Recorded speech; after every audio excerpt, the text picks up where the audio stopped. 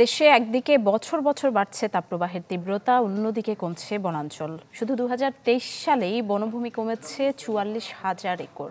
এক প্রতিবেদনে এসব তথ্য জানিয়েছে গ্লোবাল ফরেস্ট ওয়াচ। দেশ জুড়ে চলমান তীব্র তাপপ্রবাহের কারণ হিসেবে আলোচনায় বৃক্ষ নিধন আর বৃক্ষরোপণ ইস্যু।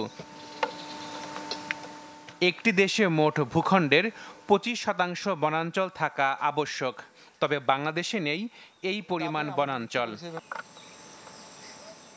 যুক্তরাষ্ট্র ভিত্তিক গবেষণা সংস্থা ওয়ার্ল্ড রিসোর্সেস ইনস্টিটিউটের গ্লোবাল ফরেস্ট ওয়াচ জানাচ্ছে 2010 সালে বাংলাদেশে বনাঞ্চলের পরিমাণ ছিল 20,22,000 একর, যা মোট ভূখণ্ডের 16%, আর গেল বছর কমেছে 44,000 একর।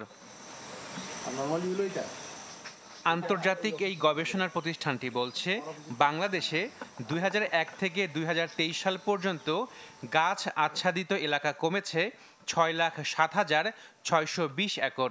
সবচেয়ে বেশি কমেছে 2017 সালে 70,000 একর।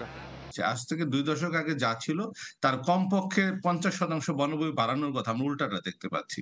এবং যে পরিমাণ এই গত 2 দশকে যে পরিমাণ আপনার এই বনভূমি হারিয়েছে, তাতে আমরা গড়ে যদি হিসাব করি প্রায় 2.5 থেকে 3 কোটি মানুষের দৈনিক যে কার্বন অক্সিজেন জেনারেট করে, সেই অক্সিজেন জেনারেশনটার যে উৎস বন্ধ হয়ে গেছে। প্রায় 2.5 থেকে 3 কোটি মানুষ। আমরা গড়ে একটা পরিপূর্ণ গাছ 4 থেকে 6 জন মানুষের অক্সিজেন সরবরাহ করি। দেশে চট্টগ্রাম বিভাগের বান্দরবান, রাঙামাটি জেলা থেকেই বৃক্ষ আচ্ছাদিত এলাকা হারিয়েছে বেশি। আবার 2000 থেকে 2020 সাল পর্যন্ত চট্টগ্রাম অঞ্চলে বনায়ন হয়েছে বেশি 2,64,000 একর।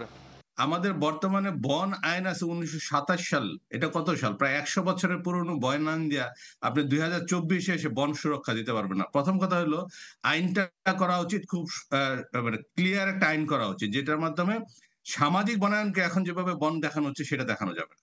আমাকে ক্লিয়ার প্রাইমারি ফরেস্ট যেটা আছে সেই ফরেস্টটা আমাকে প্রাথমিক বনটাকে আমাদের এনশিওর করতে লাগবে। আশাকেন প্রিন্স, চ্যানেল 24, ঢাকা।